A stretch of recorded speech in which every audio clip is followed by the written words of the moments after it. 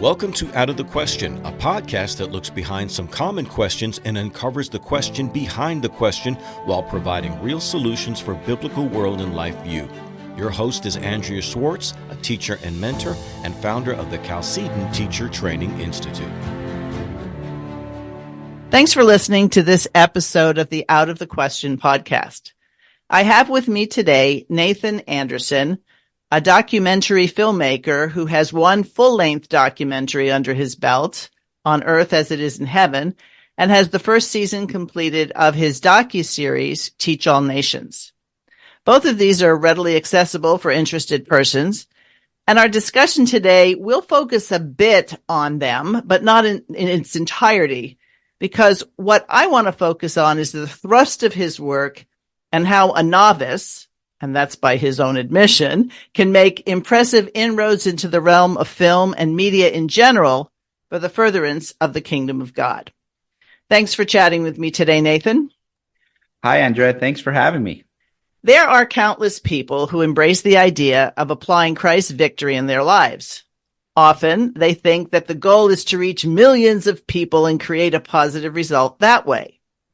Your story, Nathan, is interesting to me because you identified something you wanted to see communicated, and instead of praying that someone somewhere would do it, you decided to be that person. Share, if you would, how a guy from Chile, South America, which is where I'm talking to you from now, ended up becoming a movie maker. So I think this was back in about 2017. I started getting into film and doing some short videos around 2015, 2016. But around 2017, I had just finished up being part of a conference. And I remember having the idea of trying to make a film about postmillennialism.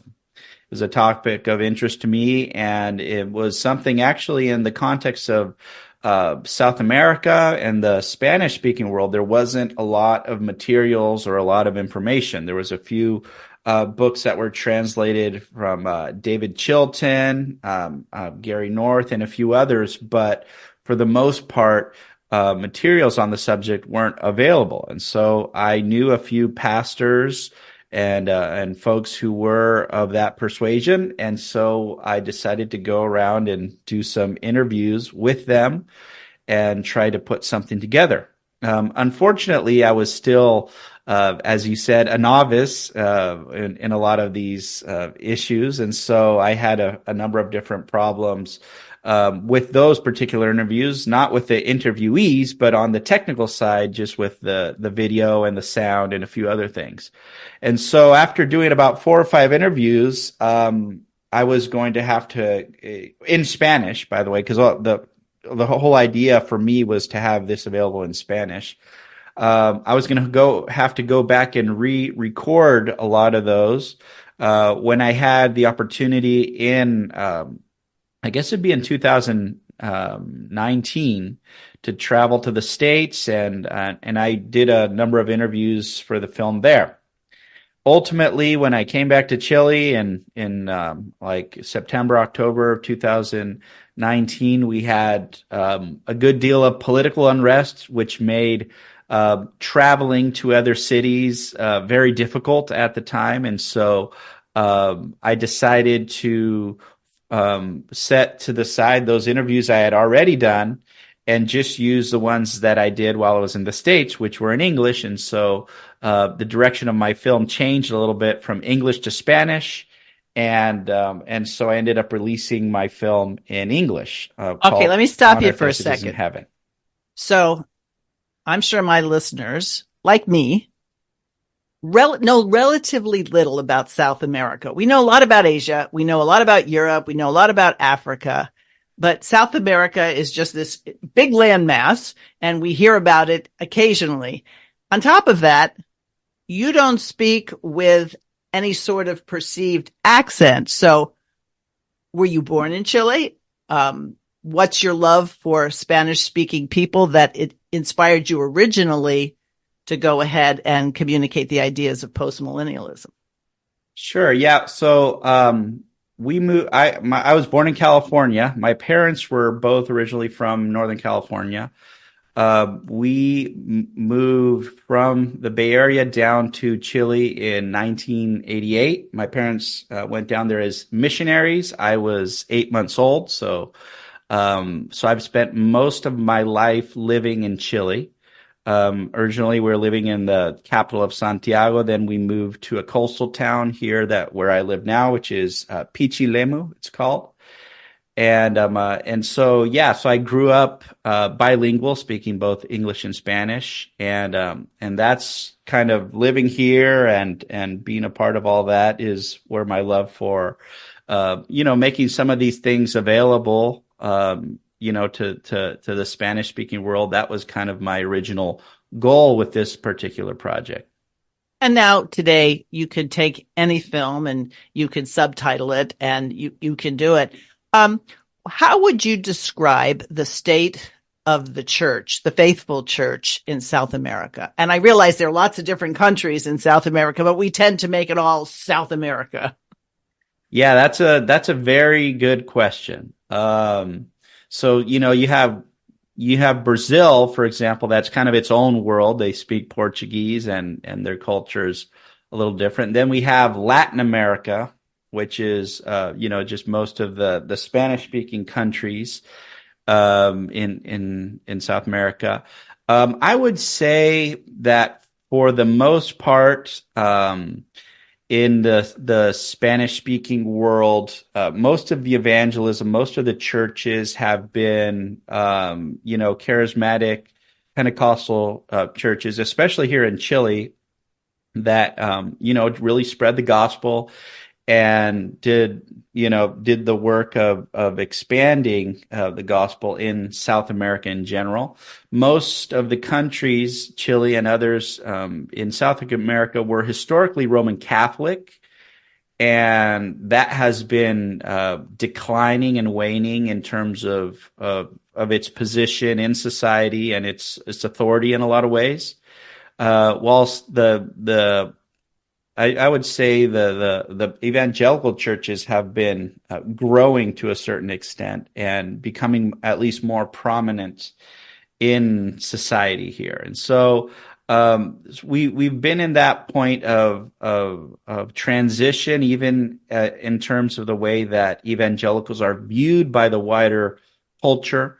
Obviously, if you think of the more traditional Catholic view of evangelicals, in South America and in Chile, historically, they're viewed more along the same lines as Jehovah's Witnesses and just more as these sectarian groups that exist along the periphery, kind of. But more and more evangelicals have been getting involved in culture and in different aspects of society, which has changed the perception, I would say, in a lot of ways. And I think even more today, especially when we think of like the culture and political realm, I think evangelicals are more and more starting to be seen as a threat to the secularists and to the folks that want to shape culture in their likeness, I guess. Now, you're talking about South America. In America, we would have a differentiation between evangelicals as an orientation and the Reformed faith in terms of a real strong application of what came out of the Reformation. Is there anything like that in South America where differentiating those two groups?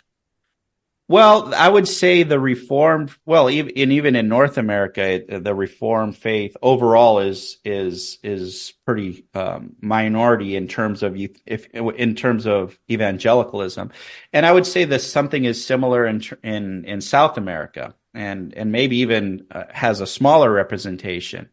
But at the same time, I think because of YouTube and blogs and podcasts and all kinds of different things, the Reformed faith has been definitely growing to a large extent in South America, and a lot of folks down this way, especially young people, are are getting very interested in Reformed theology and in R.C. Sproul and a lot of, I mean, R.C. Sproul's podcast or teachings have been translated into Spanish, and it's amazing how many folks are listening to that, and how many people I've talked to who know about his teachings and things like that. And so it's starting to, I think, bring a transformation to a large part of the evangelical Pentecostal culture in South America, I think.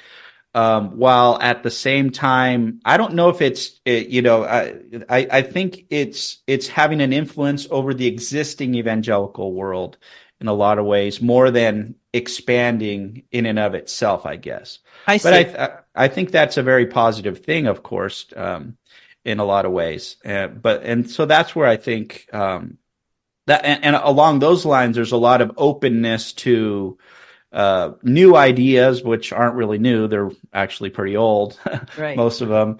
And I think that's also an important part of what's happening in the evangelical church in South America. Okay, so you were 8 months old when you ended up in Chile, which means that it's your home country. I mean, is all you know. You might have, I don't know if you have dual citizenship or not, but the point being is that's the culture you grew up in. So you said your parents were missionaries. Were they Reformed or were they more evangelical? And how did you come to even knowing about the Reformed faith? Yeah, that's a good question. So my parents were missionaries in Youth with a Mission, which is more of a charismatic organization, and so I grew up in that context. Though my grandparents, my dad's side, were Presbyterian, and so they were. My grandpa was an elder in a Presbyterian church in the Bay Area there, and so I did have some growing up contact or knowledge of that side of things. But I guess I'd probably say for myself, it's my interest in the Reformed faith probably came around in the last, I don't know, maybe 10, 12 years, something along those lines. Through, I guess, reading a number of different people, listening to Van Til. There's a number of folks I could think of. Right. That just helped me to understand a lot of these things from a Reformed perspective. I see. So judging from when you were born and when you started making films, what was your occupation before that? What were you doing that I imagine this is still somewhat of an avocation until it can pay all the bills? Yeah. No, that's a good question. So, let's see here. What was I doing? So we were, my parents actually, one of the things that they founded here in Chile, as I said, they came to work with YWAM, but they were both growing up very involved in swimming in the Bay Area and in surfing and in sports in general. And one of the ideas they had coming to this town, of Pichilemu, was to build a community center. So with a swimming pool and a gym and a number of other facilities here as kind of an outreach to the community. And so that's something that started, around 1993, I think, 94. So it's been going for a while. And that's been kind of a lot of their main ministry and work has been through there. And so, before getting more into film, I was, working with them on different capacities. I see. Within the sports center that they have here called Pura Vida. I see. And has that brought in surfers and athletes and such, and that sort of was the focus, that it would be a place to draw people? Yeah. No, it's been a place that has drawn a lot of the community. And as I said, this is a very small town. And it's actually a very, somewhat conservative Catholic town overall. I mean, this region of the country is where one of the Chileans who was a cardinal was born. And so it's who is pretty famous, Cardinal Caro. So it's very traditional, and so obviously coming and starting work in this town was difficult in a lot of ways, and just through sports and through, my mom has taught just hundreds of kids how to swim in this town, for example. Uh-huh. Just things like that opened a lot of doors into the community as well to do ministry as well. So that has been kind of one of the main ways that people have gotten really to know. Even my parents work in YWAMs. Like most of the time when people want to come to the center that they have here, they get into a taxi cab or something. They say La Piscina, the pool. Uh-huh. So even the work that they're doing here is more known because of the sports center and the pool and the gym. In that way. So it's been a great door to just be able to do ministry and to connect with the local community here. All right. So I always like to find out what people's parents did and how the people ended up being the kind of people they were. And it makes more sense to me now that a guy has an idea that I think I would like to communicate these ideas, and let's go for it. It sounds like your parents had that kind of mindset. And I think it falls into the category of a willingness to fail. You even expressed that you thought this is what you were going to do with your Spanish interviews. And then, God had different ideas in terms of political unrest. And then everybody remembers 2020 as the year that was unlike other years that had experienced. So tell me something about, and a way in which to encourage others who have an idea that I think this is important. I think this is something I want to do. The concepts of perseverance, willingness to fail, and pivoting when you have to pivot. Yeah. One podcast or one, I remember, I think it was a session in a conference or something that I listened to back in 2015 or 2016. That really helped me out was another filmmaker, Darren Doan, was giving a talk about filmmaking specifically, and basically his whole approach in that talk was, basically the way to become a filmmaker is to understand that you are going to fail. And you're going to fail often, and you have to be willing to just go out and make stuff, and very possibly just be totally wasting your time Mm-hmm. in a large way. And that really clicked with me at the time, because it was like, well, I might not know how to do a number of things, but I could do that. I could just go out and try to make something, and then try again, and until something that I like comes out, I guess. Right. So yeah, I mean, I think a lot of people have this idea when venturing out on something like this, that you have to have some kind of guarantee that it's gonna do well, or that, I don't know, you're gonna get paid for it or something like that. Exactly. And the reality is that that's not really how the world works.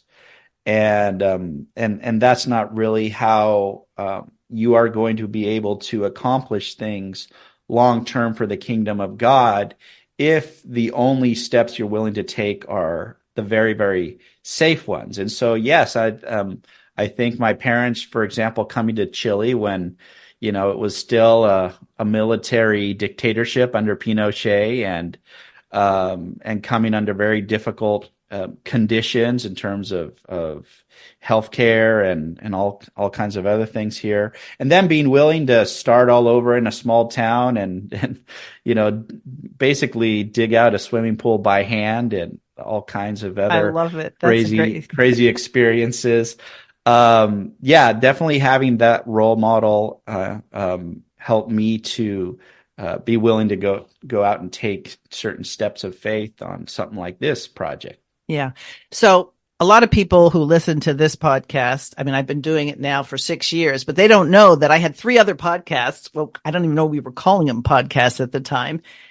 And, I'd go back and listen and, the sound is terrible, or I should have edited that out, but just keep going. In other words, then when people would say to me, well, I really got a lot out of that. I was like, oh, good. Somebody, cause you never know you don't know how many people have watched your films, right? And then I would watch other people that I respected, how they did interviews, and I would just watch them. And I didn't even necessarily cared about the topic, but how they paused or how they asked a question, or the ones I didn't like made it all about them as opposed to their guests. And so you mentioned Darren Doan. Anybody else been an influence in the filmmaking world that helped you say, I got to get better at that, or I think I'll try to imitate what he or she does? Wow, that's a good question. I mean, I think really I really tried to imitate from Darren Doan was his attitude towards the whole process itself, and just how you approach something that's, because in some ways it's, making a film, especially a long film, it feels just it's a little overwhelming, and in the middle of the process, editing and all that, sometimes you just want to throw in the towel and be like, well, I don't know what to do now, because you're kind of making stuff up along the way. But so that kind of attitude towards the process itself was very influential to me. In terms of other influences, I don't know, just watching movies, or even when I try to watch other documentaries, obviously, just try to pick up little tidbits, little details in the way that in the framing and the lighting and in different techniques that they're using, and make some of those my own in certain ways. So one of the things I wanted to bring up, as I've watched both of your films, I should say your first film I watched, and I watched all 5 segments of your docuseries, is that what obviously motivates someone like you who says, I have an idea and I'd like to do it, is calling. And so at any point, did you feel like you heard the Lord say to you, whether you were in prayer or whether you were reading the scripture, or just maybe even a commentary from someone else, God, you're calling me to do this? Oh, that's a very good question. I think with when I started getting into some of these film and a few things back in 2015 and 16, I'd never really picked up a camera. I'd never really done anything along those lines before. And I mean, there were some practical aspects that, with the sports center, a few other things, we needed to document some of the things we were doing and actually get some kind of material out there. And so that was kind of the beginning of it, I guess. But then with the film, I just felt in that particular case, I don't know that I felt a calling like, oh, I'm going to make, films for the rest of my life or something like that. But in that particular case, there was something I really wanted to communicate and felt hadn't been communicated up to that point in the Spanish-speaking world, in terms of this optimistic eschatology, in terms of postmillennialism. And my only desire at that point was to get that idea out there and to make that available in Spanish, I guess. I see. And so at that point, I didn't really have a grand vision for, wow, I'm going to make other films or anything along those lines, really. And frankly, I didn't even have much of a vision for making this available beyond just kind of the Spanish speaking world or even Chile, in a lot of ways. Because I knew, folks like Darren Doan and others, who were also post-millennial and who've done a number of great projects in English that are available in English. I didn't really feel like, I was needed in that whole space, I guess, like the folks from Apologia or a number of different people doing great work along those lines in terms of media and different things. And so my biggest concern at the time was just the Spanish speaking aspect. But, just for practical reasons, really, I ended up doing it in English, and it ended up going a lot farther than I expected. That's for sure. Yeah. So having said that, I really do want people to find your movies and your documentaries. And at the end, I'll give you plenty of opportunity to tell them where they can.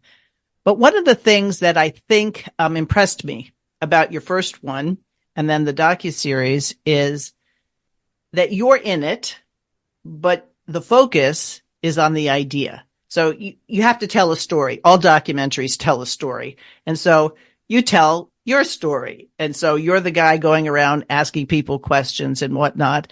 And the whole thrust of postmillennialism, and I'd like you to get into this in a second, is long-term, hard work, but knowing the victory is assured. And so you brought up something I was going to ask you about, how easy it is to get discouraged. Nobody will want to listen to this. Oh, I don't know what I'm doing. God, why didn't you get somebody who was better at this than me? Blah, blah, blah, blah. How has the message of the films, which I believe is what you were called to do? It wasn't like, Nathan, become a filmmaker. It was, you had this idea. It meant something to you.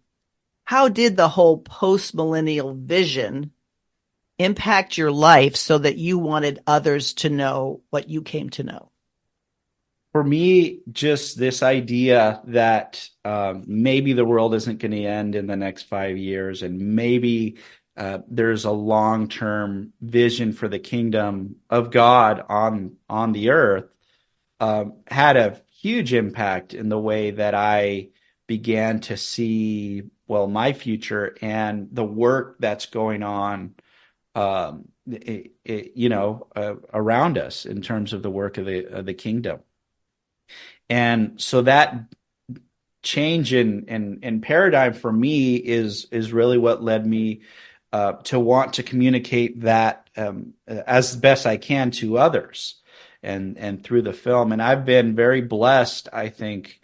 Even I think it was a few weeks ago, I received another message from somebody through YouTube that watched my film and was really impacted by that very same conviction. And so, obviously there's people that watch it or that have another view and they say, well, that's great. We enjoyed the movie, but that's not all that important. And eschatology's, shouldn't be a major thing for us. But ultimately, I think that I've talked to enough people that, have had that same kind of experience and have that same conviction to really, just be thankful to the Lord for the impact that this project has had, and in communicating specifically the idea of postmillennialism.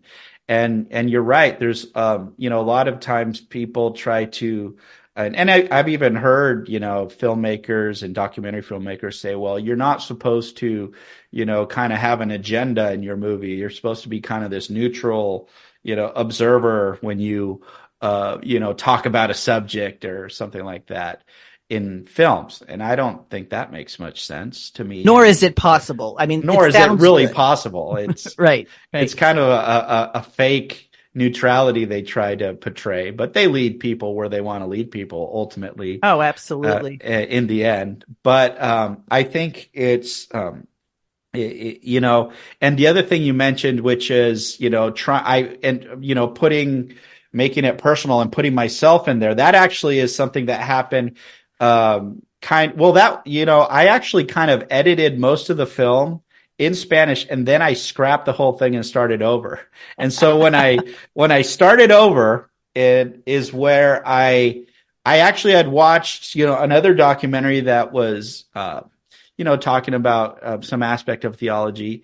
And I noticed in that it was an interesting topic, but it lacked some kind of story to it, Mm-hmm. And so that's where I said, well, what kind of story can I add to my film? And and I said, well, who can I use for that? I guess I could use myself. Right, right. That's who I had available at the time. So And you probably worked cheap. You didn't have to pay yourself that yeah. much. Yeah, I got a great deal. Yeah, So absolutely. So I have a question that, I don't know, it always seems to be the case in what I've observed. In the film, at the end, we get to see a glimpse of you, your wife, and your children. And a lot of times people want to know, is your wife supportive of the work? But I think if it's true what I've experienced in talking to men, when they become dads, then life gets very, very important. And it's not just about them, and it's not just about now. And so just having a family, how did that contribute to, I need to get this message out? yeah, so well, actually, at the end of so at least at the end of the first film, that's my sister-in-law and her husband. Oh, okay. But my son is in there. So I see. those were the actors I had on hand as well. They did a great Okay, so job. that wasn't you, but you're a dad. No, yeah, I'm a dad, and yeah, I mean, I think that's also where a lot of, just talking to folks, I think that's where a lot of this hits home.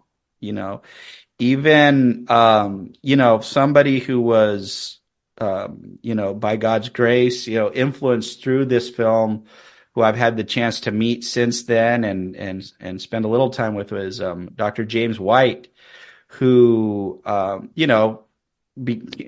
moved on to be a part of Apologia, and they're all post-millennial. So he started thinking through a lot of these things. But when he became post-mill, one of the things he mentioned in his first kind of sermon on post-millennialism at the end was watching my film, and where, Doug Wilson talks about, praying for his great-great-grandkids, and just the importance of that multi-generational vision that postmillennialism presents.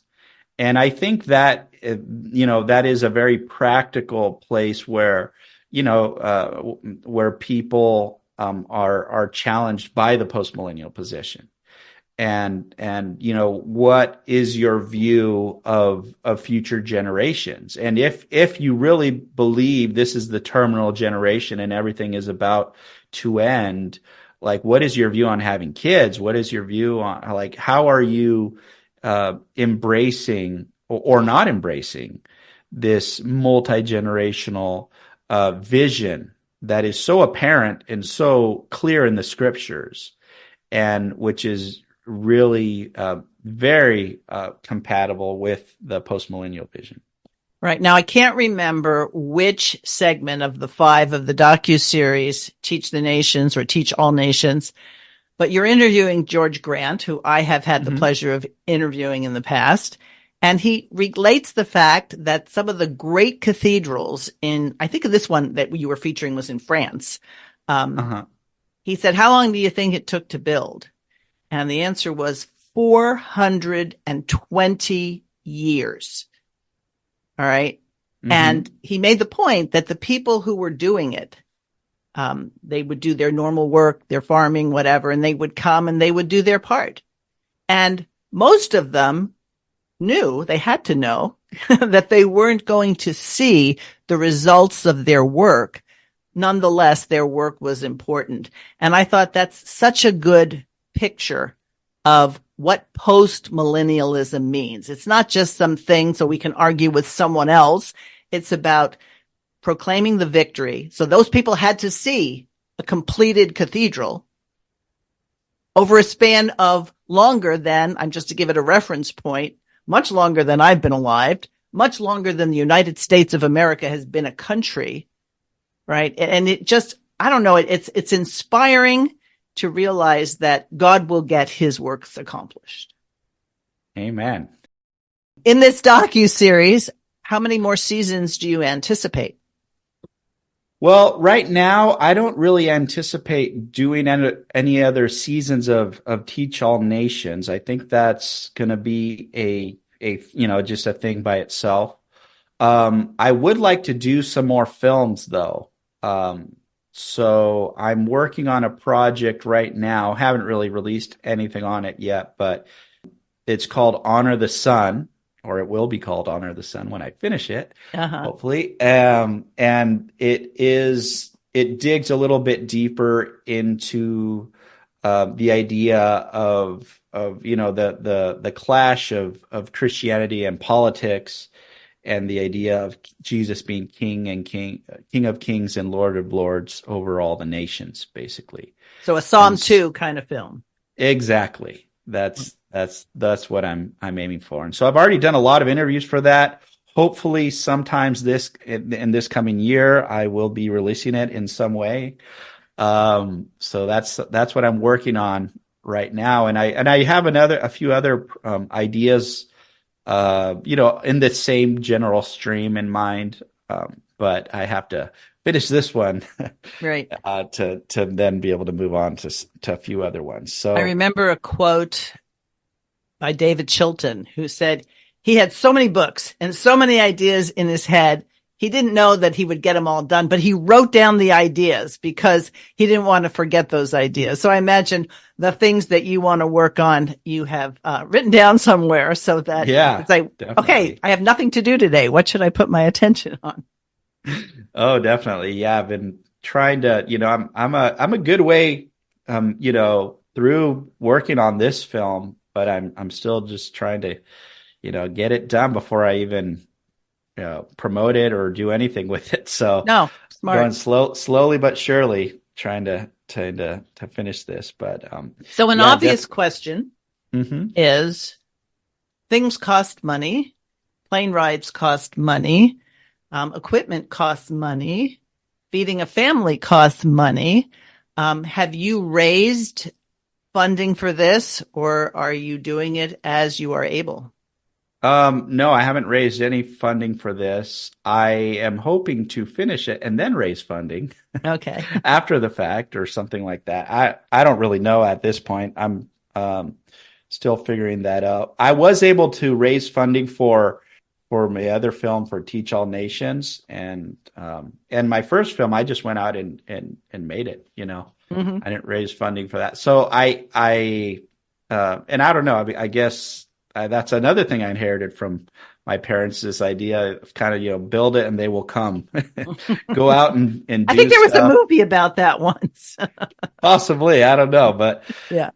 so I just have this idea of going out and trying to make things with what I have, and then trying to promote it and see, hopefully things will work out. I don't know if it's the best model, but that's what I've been working on so far. I remember it's actually another filmmaker contacted me at some point. We had a Skype call, and he was like, "So how'd you fund all these things?" I'm like, "Well, that's going to be there's a disappointing answer to that one." But no, but it's been a great process, and I've been able to, even in this last project. I mean, I did like 17 interviews for the project I'm working on now. Though hopefully some of that material I'll be able to work on future projects as well. But Right. it's been just, and this has all been in a very short span of time. I mean, 2019 is when I did the interviews for my first film. 2020, I went out and did the interviews for Teach All Nations. We ended up releasing that in 2022. And, then 2022, we went out and did the interviews that I'm working on now. So, Right. I don't know how many. I think I counted the other day. It's something like 30 interviews I've done over the course of these 3 years, basically. Mm-hmm. And just have been able to sit down with George Grant, with Gary North, and Doug Will, all kinds of just amazing, very smart folks who Right. love the Lord and are able to communicate these things very well. So it's just been an amazing, privilege for me, especially someone who doesn't even live in the United States, to have the chance to travel and to do all of this and sit down with these folks. So there's something similar to your path that has been true of my husband and myself. And that is when we, back in, I guess it was the mid 80s, ran into Dr. R.J. Rushdoony. we weren't even smart enough to know that that was a good thing at the time, although we learned that over the 15 years that I was able to be, mentored by him. And now I work with Chalcedon, is that it's not so much that we need more of him or more of a Gary North or more of a George Grant. What we need are people like you and people like us who are going to make sure other people know about what they had to say. And so to me, the field is wide open for anyone who understands the message. Have a group of people come to your house regularly. I don't know, build a pool and see if people will come and want to swim there. And then you can share the richness. And I think that's the calling. Maybe you wouldn't put it that way, but your calling wasn't, I'm going to be a filmmaker. My calling was, this means something to me. I know it means something for the kingdom of God. And I'm going to learn how to do it, because most of the stuff I've ever done with Chalcedon was never on my resume before. It was like, oh, typesetting. Well, you better learn how to do that. Do a podcast. I don't know. What's the best software? Stuff like that. And that's what I think stories like yours are encouraging to people. And what would you say to somebody who has an idea, but they're like, somebody should do this? Yeah, I would say if you have an idea and you're thinking somebody should do this, you should start getting up. I don't know if you have to go to work at 8, you get up at 6 a.m. and take those 2 hours and start working on that idea every day. I think it's these kinds of projects aren't something you just do overnight. There's something there are things that take time and dedication. And yeah, I would say go out there, start doing it, try it. I mean, it's amazing. We live in such amazing times where, you could make a movie literally on your smartphone today. Right. And you could edit it on a smartphone almost. So there's so many opportunities today to just go out and make something, just go out and communicate something. But what a lot of times people want is they want guarantees. They want to know that, well, if I invest this amount of money or this amount of time, it's gonna, these many people are gonna see it, or I'm gonna get this much money from it, or whatever. And so if we're thinking about things like that, and I think maybe it's even just in general with conservatives, there might be this kind of mentality in a lot of ways, which is good in some ways, but is also very harmful in the sense that we're not really willing to go and take risks a lot of the times. And just go and spend those extra 2 hours in the early morning working on that book or working on that podcast or that movie or that song, that those projects, because we're not sure that we're going to get a return on our investment, or we think, oh well, maybe it's just not going to work out. And so it is in the cultural arena where we really need to engage as Christians, and where we have been, where the other side has been kind of swimming laps around us in some ways, and in terms of just taking possession of the cultural apparatus and the media and the arts in a lot of these fields. And so we step into something like this, at a disadvantage in a way. But even that, means that we have a greater opportunity to have a long-lasting impact if we are willing to put in the time, if we are willing to, work towards these things, and especially when they're topics and subjects that have, an impact in eternity and an impact in terms of the kingdom of God. Exactly. And that's the viewpoint that will make you get up and say it's worth doing. The return on investment, if it's just dollars and cents or pesos or whatever your currency is, if that's all you're looking at, you're forgetting the heavenly reward, and that what we're told to do is to put our hand to the plow. So Nathan, I know that there are important documentary topics to reveal stuff that's going on that's bad. And there's plenty of that now. What I really liked about what you were doing is instead of just pulling weeds, you were planting something, and you interviewed people who have planted something and are encouraging others to do so.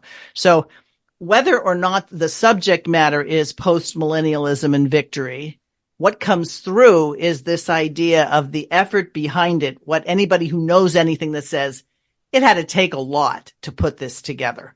And mostly you paid the actor, you paid the sound engineer, you paid the distributor, you. So, and I think that's hopeful. I mean, we all like the underdog, and we're not really the underdogs because with Christ, you're not an underdog.